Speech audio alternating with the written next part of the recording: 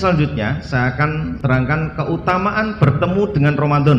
Masya Allah. Jadi saya dan jenengan semuanya itu harusnya bersyukur kepada Allah SWT. Kenapa? Karena dipertemukan dengan Ramadan. Apa keutamaannya? Dalam satu riwayat dari Tolhah bin Ubaidillah radhiyallahu an, dia mengatakan ada dua orang laki-laki dari kabilah Bali datang kepada Rasulullah SAW. Mereka berdua masuk Islam bersama, tapi salah satu mereka lebih bersungguh-sungguh dalam ibadah dibandingkan yang lain. Satu ketika yang lebih rajin beribadah tersebut ikut berjihad sehingga dia mati syahid. Sedangkan yang satunya ya kurang rajin lah, biasa-biasa saja. Misalnya mungkin ya maaf kalau boleh saya kasih contoh, kalau sholat raweh biasanya itu ada yang 23, ada yang 11, dia mungkin paling 5, 3, berarti kan kurang rajin dibanding yang 11, dibanding yang 23. Dia hidup setahun lebih lama dibanding dengan yang satunya yang rajin kemudian meninggal dalam keadaan syahid. Kemudian dia juga wafat. Lalu Tolhah mengatakan, aku pernah bermimpi sedang berada di depan pintu surga dan aku bertemu dengan dua orang tadi.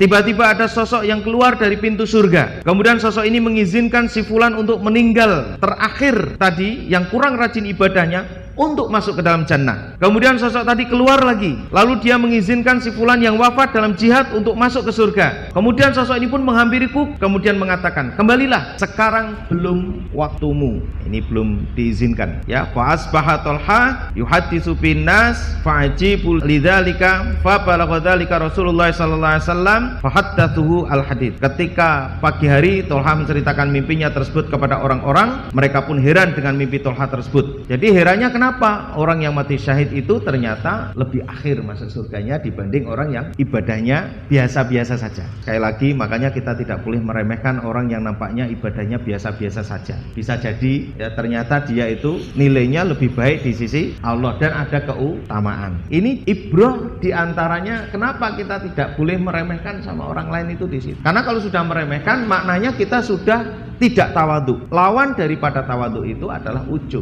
Orang kalau sudah ujub maka dia tidak bisa masuk surga. Masya Allah. La haula wala quwwata illa billah. Sampailah cerita ini terdengar oleh Rasulullah SAW dan para sahabatnya pun menyampaikan kepada beliau. Rasulullah SAW bersabda, apa yang membuat kalian heran? Para sahabat menjawab, wahai Rasulullah, mengapa si fulan yang lebih rajin beribadah dan dia wafat di dalam jihad, dia justru masuk surga belakangan, sedangkan yang fulan lain yang dia biasa-biasa dalam ibadah itu lebih dulu masuk surga. Faqala Rasulullah SAW, alaisa qad makatha hadza ba'dahu sanatan? Qalu bala. Qala wa atraka ramadhana fasama wa shala kadza wa kadza min sajdati fis sanati. Qalu bala. Rasulullah SAW bersabda, bukankah si fulan yang tadi itu yang ibadahnya agak sedikit dianggap kurang, tidak begitu rajin, hidup setahun lebih lama daripada si fulan yang pertama yang wafat di medan jihad? Para sahabat mengatakan benar. Kemudian Rasulullah SAW juga bersabda, bukankah si fulan tersebut yang tidak rajin ibadah menjumpai Ramadan, dia berpuasa Ramadan, sholat di bulan Ramadan, sujud dan melakukan ibadah lainnya di bulan Ramadan di tahun itu? Para sahabat mengatakan, tentu ya Rasulullah. Qala Rasulullah SAW, fama bainahuma ab'adu mimma bainas sama'i wal ardh. Rasulullah SAW bersabda, sungguh jarak antara mereka berdua lebih jauh daripada langit dan bumi.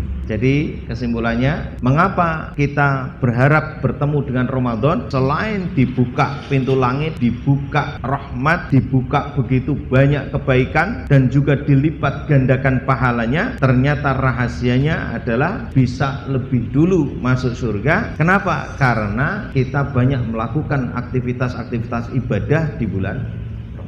Saya sudah bolak-balik mengatakan harusnya kecewa kalau kita tidak mau mengisi di Ramadan ini dengan kebaikan-kebaikan. Kenapa? Ya karena tadi faedahnya begitu besar. Kalau memang kita tidak bisa baca Quran atau tidak membaca Quran, ya zikir, sholawat, istighfar terus begitu. Jadi hati ini jangan sampai diem dan juga lisan jangan sampai diem. Kenapa? Karena ada seorang sahabat bertanya kepada Nabi begini, ya Rasulullah, dalam Islam itu kan banyak ibadah-ibadah, banyak kebaikan-kebaikan. saya tidak mampu mengamalkan. Semuanya nggak mampu. Ini sahabat loh yang bertanya. Wong sahabat saja tidak mampu, apalagi kita. Sama sekali nggak mampu. Kita itu nggak akan mampu melakukan banyak kebaikan. Ya Rasulullah, berikan kepada kami amalan yang mana saya bisa mendapatkan banyak kebaikan itu. Tapi ya maaf, jangan banyak-banyak, nanti saya lupa. Pokoknya dikasihlah amalan apa gitu. Biasa orang kan maunya enaknya sendiri. Amalannya sithik, ya toh, ganjarannya oke, terus lu surga gitu. Pengennya gitu. Masya Allah, Rasul itu orang yang sangat bijaksana dan tahu karakter orang. Apa kata beliau? Basahi lisanmu dengan zikir. Jadi membasahi lisan dengan zikir itu bisa menggantikan kebaikan-kebaikan yang banyak di dalam Islam. Subhanallah.